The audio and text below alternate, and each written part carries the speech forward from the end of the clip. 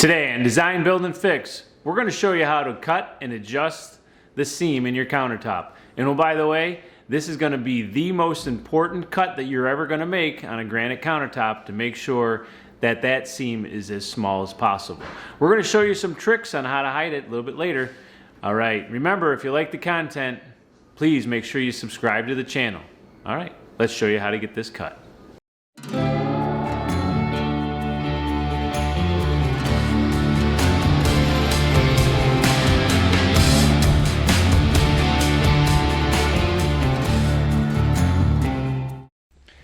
I have the two pieces of granite that make up the L section of this kitchen's countertop. There's one piece here and one piece here. Now I've already cut the seam, so to speak. Basically, I cut this one and then I cut this one, and right now it goes down to about a 1/28 of an inch space there, and the largest is about a 1/64 of an inch. That's going to be relatively good. That's the best you're probably going to get with the tools that we currently have. If you have a CNC machine, you're going to get it definitely better. But we're going to show you some tricks to help hide this a little bit later. You really want to make sure the two things that when you put two pieces of granite slabs together, there's two things you really want to make sure you do. One is make sure the flow of the stone, as you see the black sections, have a general flow of this direction. Make sure the next piece that you have that goes next to it has the same flow. That is going to help hide this seam a little bit.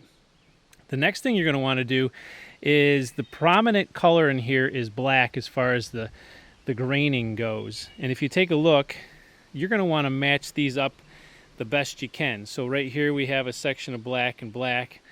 I came up here, we have a little bit of a vein here that comes through, black to black. Another one here. Then we have another piece here that kind of looks like this continues on. Same thing here. Same thing here. We have this grayish area that looks like it kind of cuts down. I mean, we got some black in there, but helps hide that a little bit. And then up here we have this general theme.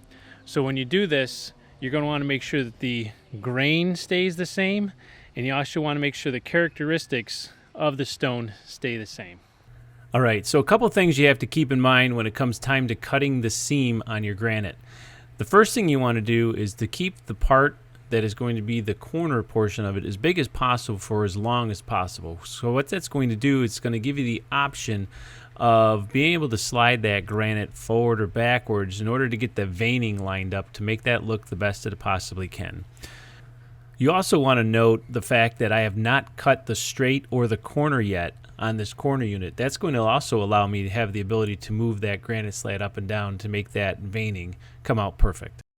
The next thing you want to do is when you cut your seam, you always want to start with, at least in my mind, a brand new blade, and you want to cut it as slow as possible to prevent any type of chipping, and you want that to be as straight as possible. And the slower you go, the better that cut's going to be, because you want that seam to be as tight as possible so it looks the best when this project is done. So now that the seam has been definitely positioned front to back and making sure that the flow of the stone or the grain of the stone flows nicely, I have placed the L template onto the countertop. And one of the things that I like to do is to make sure that from this back edge to where the seam is, I like that to be 30 inches. Because the corner unit is 36 inches deep. That means that we have 6 inches of granite that's here that is resting on the cabinet for the 24-inch span for the dishwasher, which actually sits here. Now the other thing is we're going to drill a 3-inch diameter hole here to make this rounded, so about 1.5 inches that comes out to about here is where the apex of that circle is going to be before it starts coming back onto itself. That's going to give us about 2.5 inches of straight before the seam, and that's going to put that seam relatively close to the corner, kind of where we want it. Can't do it on the curved part of it. You really want it to be on the straight part. So that's how I positioned it. What I'm going to go through is take my white marker and start cutting some of these sides. I'm going to cut this side first. I'm going to cut this, and once I get that cut, I can go through and cut this length. And then once those are all set, I'm going to come down here and cut this to length, and then it comes time to route the edges and polish it.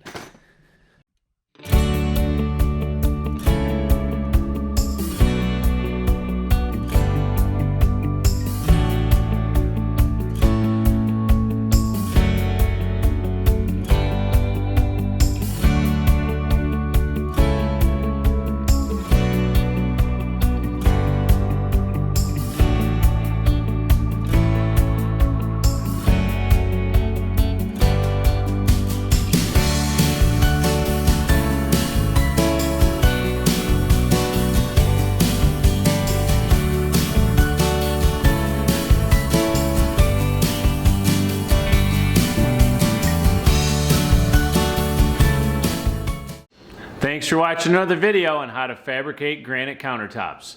If you like the content, make sure you subscribe to the channel. Coming up next, we're going to show you how to form, shape, and polish all your edges. All right, we'll see you on the next one.